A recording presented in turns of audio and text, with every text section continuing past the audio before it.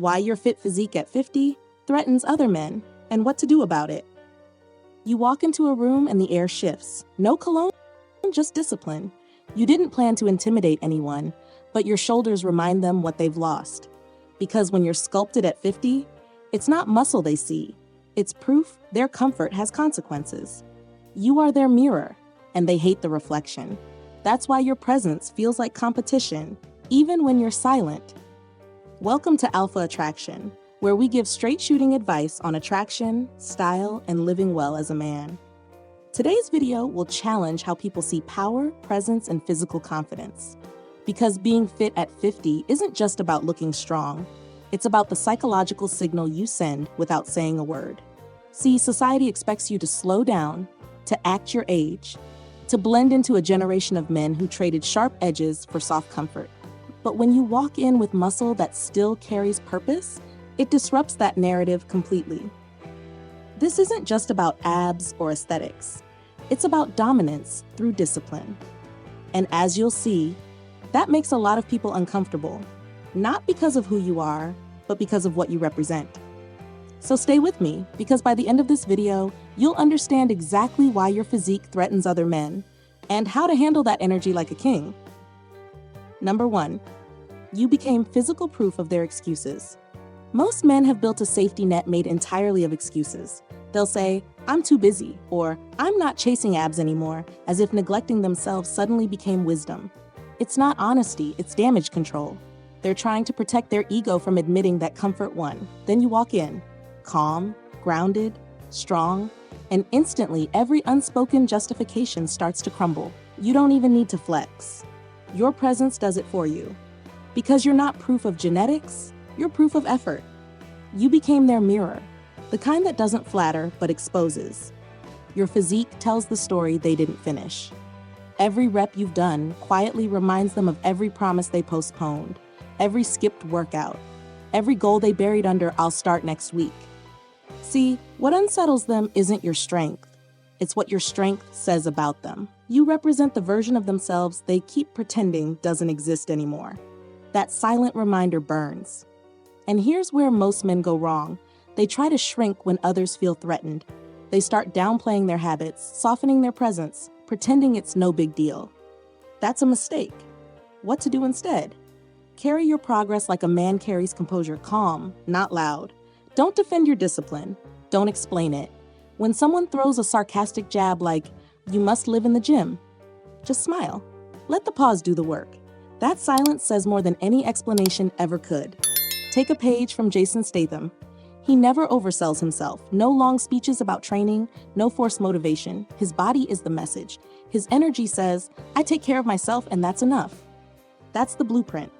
Quiet confidence hits harder than defensive explanations, because men who truly master themselves don't broadcast it, they embody it. So stay humble, but stay dangerous.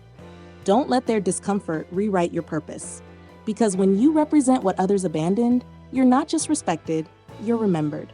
And this is just the start, because in the next part, you'll see how your discipline doesn't just challenge individuals, it breaks an entire social contract most men never question. Number 2, fitness at 50 plus breaks the unspoken social contract of decline. There's a quiet agreement most men make with each other, somewhere between the second promotion and the third bad back.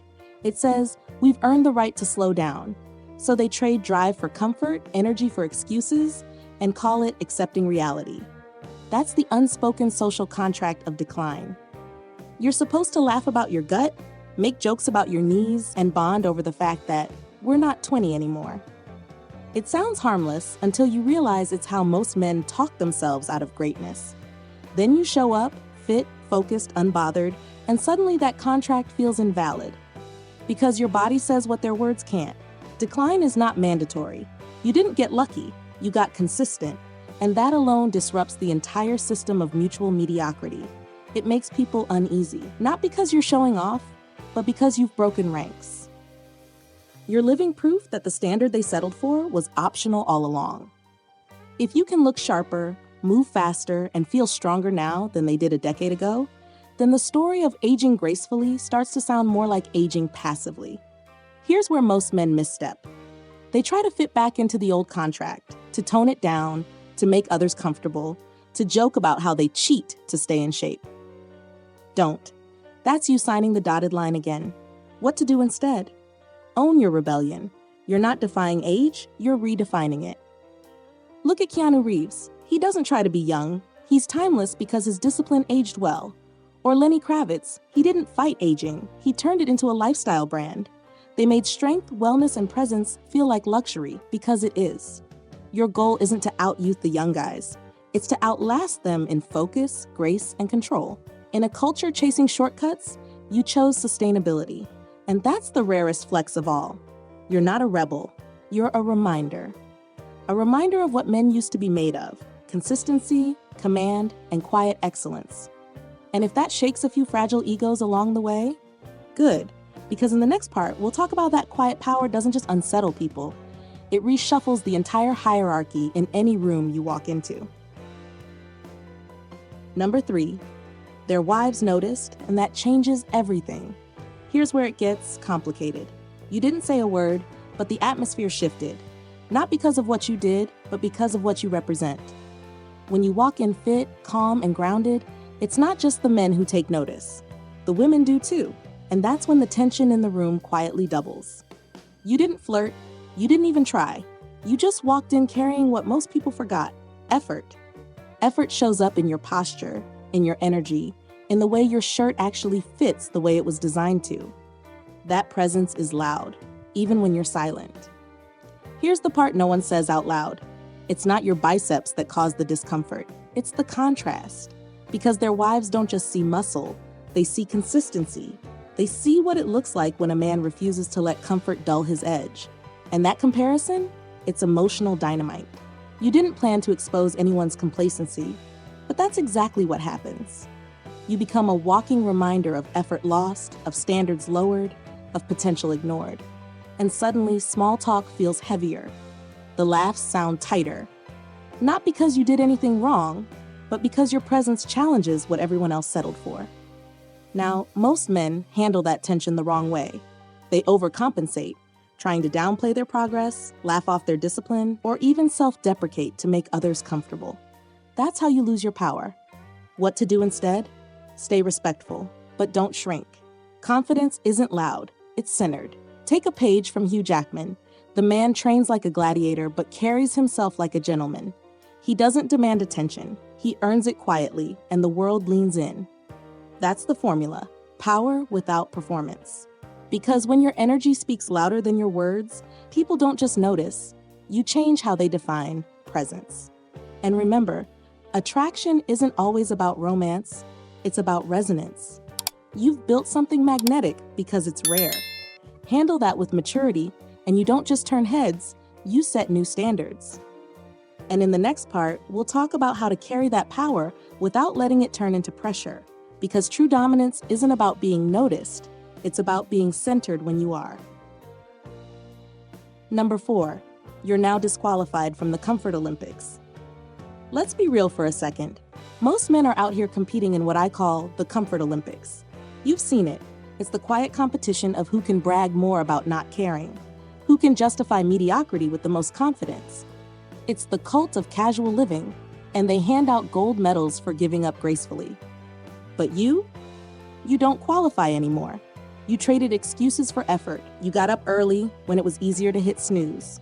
You trained when nobody was watching, and you stopped needing applause to do what matters. That's why they can't joke with you the same way anymore. Your existence exposes the lie they built comfort on. See, every rep you do, every disciplined choice you make, quietly threatens their belief that it doesn't matter. Because if you can stay fit, focused, and hungry in a world addicted to shortcuts, then what's their excuse? That tension burns. So instead of changing themselves, they mock the reminder. You've heard it. You're still doing that fitness thing? Translation, you're reminding me I quit. What to do instead? Don't explain your drive. Don't defend your discipline. Just smile and keep going. Because comfort is contagious, but so is consistency. Your energy either threatens people or inspires them, and how they respond says everything about them, not you. Look at Tom Cruise. People love to joke about how intense he is, but no one can ignore the results. That's the paradox of high performance. They'll tease your obsession now, then ask for your routine later. So lead with quiet conviction. Because while most men are busy collecting comfort points, you're collecting longevity, presence, and power. Here's the truth. Comfort ends confidence. Discipline builds legacy.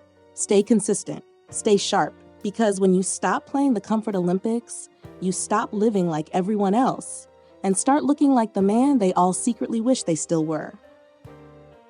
And next, we'll talk about how to protect that momentum. Because the real challenge isn't building it, it's keeping it when comfort starts calling your name again. Comment, fit at 50 to show you stayed till the end. It tells us you're part of the few men still built on discipline, not excuses. Bonus point. They lead by quiet example, not loud transformation.